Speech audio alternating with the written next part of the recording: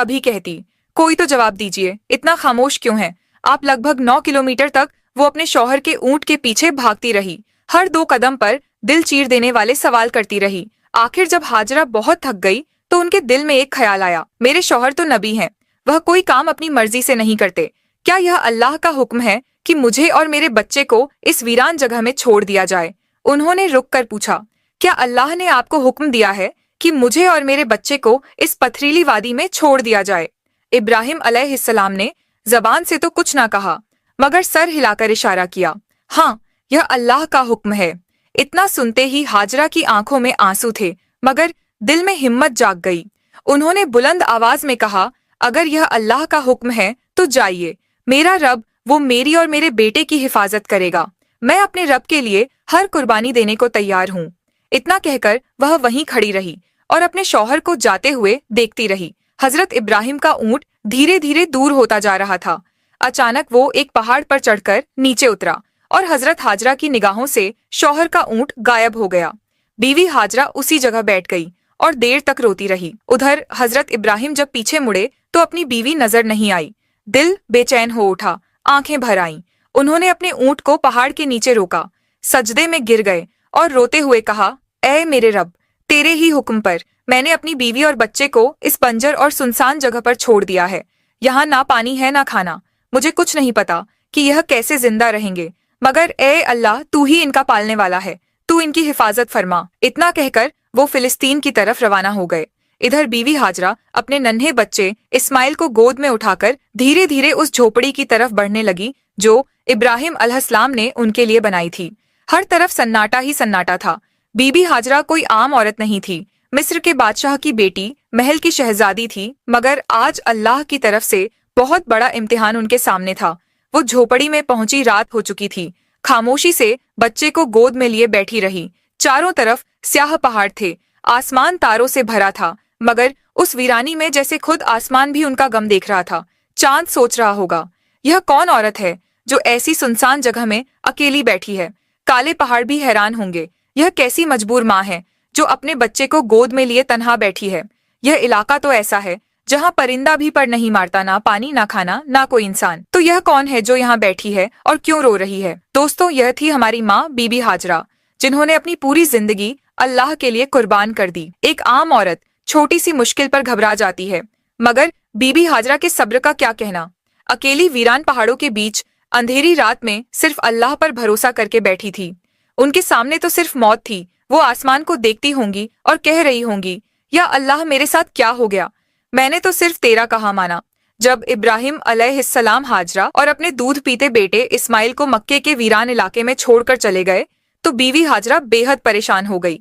सोचती थी, अब मैं यहाँ अपने इस मासूम बच्चे के साथ कैसे जिंदा रहूंगी? उनकी गोद में बच्चा था, चारों तरफ वीरानी थी, कोई इंसान नहीं, कोई आवाज नहीं, सिर्फ खौफ और तन्हाई। हाजरा आसमान को देखती, आंखों से आंसू बहते और दिल से अल्लाह को पुकारती, या रब, मेरी और मेरे बच्चे की हिफाजत फरमा। मैं एक कमजोर औरत हूँ, इस वीरान इलाके में मेरा कोई मददगार नहीं है। उनके पास एक घड़ा था जिसमें थोड़ा सा पानी था।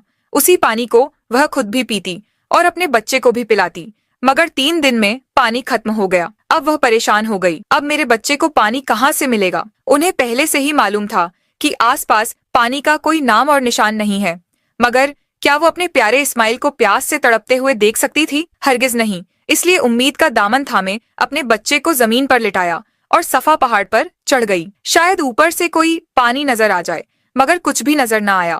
फिर दौड़कर मरवा पहाड़ पर, मगर वहां भी पानी का नामो निशान नहीं था। दोस्तों, जब किसी पर मुसीबत आती है तो उसका कोई ना कोई अपना साथ देता है, मगर आज इस सख्त और पथरीली जमीन पर एक बेबस माँ थी, अकेली अपने बच्चे को प्यास से तड़पते हुए देख रही थी और उसके लिए कुछ भी नहीं कर पा रही थी।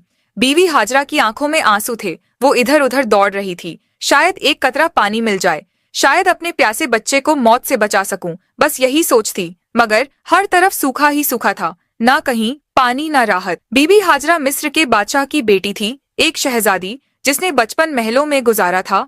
उन्होंने कभी ऐसी मुसीबत का सामना नहीं किया था। अब वह बार बार सफा पहाड़ की तरफ दौड़ती, शायद ऊपर से कहीं पानी नजर आ जाए। फिर भागती हुई मरवा पहाड़ की तरफ जाती, मगर हर बार मायूसी ही हाथ लगती। जब बेटे का ख्याल आता तो दौड़कर वापस झोपड़ी की तरफ जाती। देखने के लिए कि मेरा बच्चा जिंदा है या नहीं। यह तलाश सुबह से दोपहर में बदल चुकी थी। धूप तेज होती जा रही थी, सूरज जैसे मक्का के पहाड़ों को जला रहा हो। बीवी हाजरा प्यास से बेहाल थी और उनका मासूम बच्चा भी पानी के लिए बिलख रहा था। झोंपड़ी के अंदर वह बच्चा रो रहा था और बाहर उसकी माँ हर तरफ पानी की तलाश में दौड़ रही थी। आखिरकार थक हार कर बीवी हाजरा सफा पर गिर पड़ी। अब उनके अंदर पानी की तलाश की भी हिम्मत नहीं बची थी।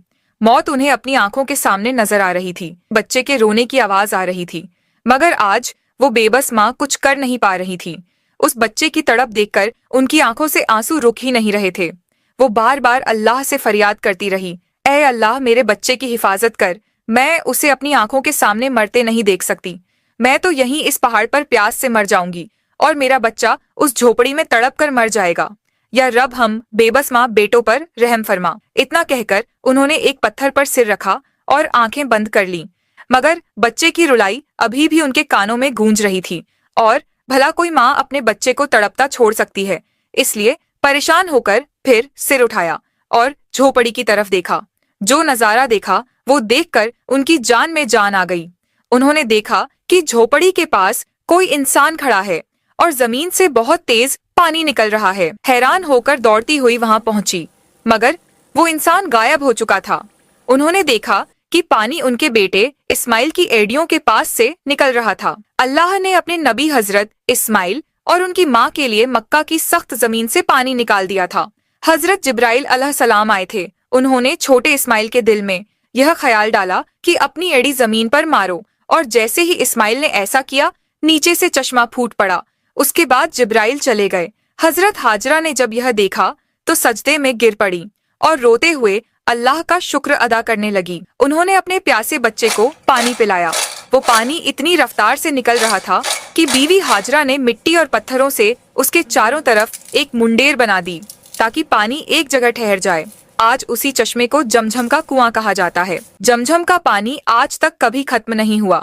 बीवी हाजरा अपने बेटे इस्माइल के साथ उसी झोपड़ी में रहने लगी। वो झमझम का पानी पीती और आसपास उगाए खजूर और कुछ फलों से अपनी जिंदगी गुजारती। अब